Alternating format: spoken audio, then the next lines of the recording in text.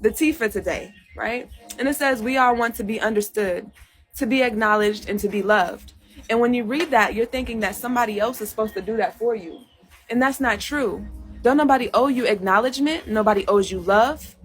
And nobody owes you, I keep forgetting, nobody owes you to to understand you. Nobody owes you shit. You owe yourself. You can acknowledge yourself right now.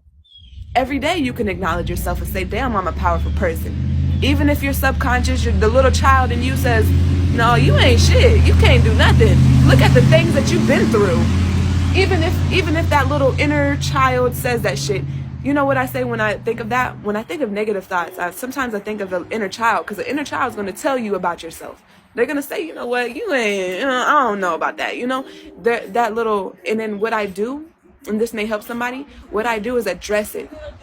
So if my inner child says, you know, you ain't gonna be able to make that nation happen, like, I'll be like, you're powerful. I addressed it as a person, as me, as an inner child. I say, you're a powerful person. You can do anything you put your mind to. I build that inner child up within myself, okay? And I give that child acknowledgement about what it's saying and affirmations about what it can be, okay? And that's how I look at the inner thoughts of the negative thoughts that try to consume you, your doubts, your fears, you know, and that's just that inner being in you that you have not brought up, that you have not nursed and nurtured, that you have not, you know, gave acknowledgement to. All the shit that you've been through. You're just, oh, I've been through that and it hurts me today, but you're not acknowledging it. You're not addressing it. Address those negative thoughts that you have that creep up on you, and you have to be self-aware to be able to notice them, because some of them are very subconscious.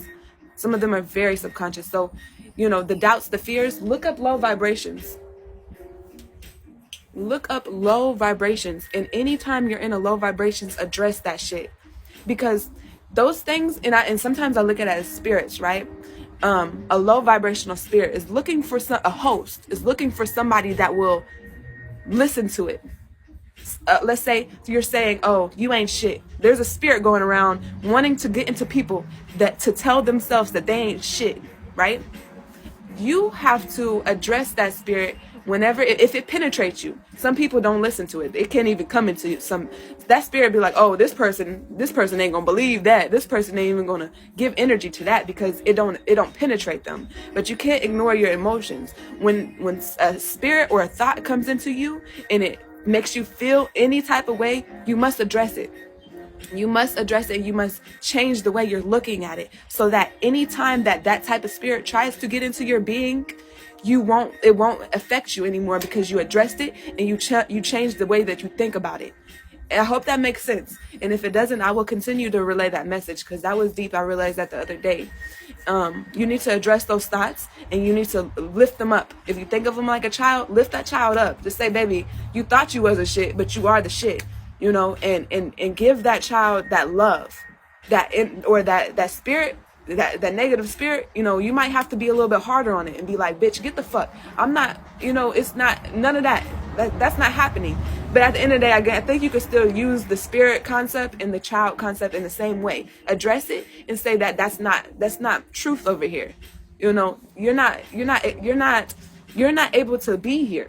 That thought, kick it out. Change it, alchemize it from a negative to a positive, you know? Peace, Black. I can be the partner for you. Okay. Okay. Welcome back. Welcome back, you guys. I like to say welcome back. Oh, hey, Black and Proud. How are you? I like to say welcome back, because it just reminds you that you have another chance, an opportunity to be the best that you can be. And I have this Libra ascendant, and I'm like, sometimes I will meet people where they're at. I've been doing that for the past couple months. I've been like, okay, you say good morning, because I'm not with that, oh, you're saying morning. No, your mind is more powerful than that fucking word. So how you define the word is what you're going to feel. All right. So some people feel morning when they say morning, because they put a spell on themselves to feel like a word is going to make them like that. But I was like, I like Grand Rising, Grand Awakening, things like that. But I love Welcome Back because it just reminds you that you have another fucking opportunity to do better, okay? And it's like, welcome back to the light. You went into darkness, now you're back to light. So, you know, we keep doing that. We go into the darkness at night. It's almost like a death, and we're born again. Before you wake up, you said, let there be light. And your mind came back to this reality, okay? So I'm working on that because a lot of times I like to meet people where they're at. Like I said, if they say Grand Rising, I'll say Grand Rising. But it's kind of like spreading myself too thin, and I don't have time to play games no more. I have a mission. I'm building a fucking nation, and I need people that are building their own communities, that are on the same type of shit to come together so we can really build for our future generations. And if anything happens, or even if it doesn't happen to this system, we have our own system that can hold up for generations. So I don't have time to be playing and going back and forth and being like, oh, Grand Rising, Grand Awakening, good morning, just because you said it. Welcome back to the light.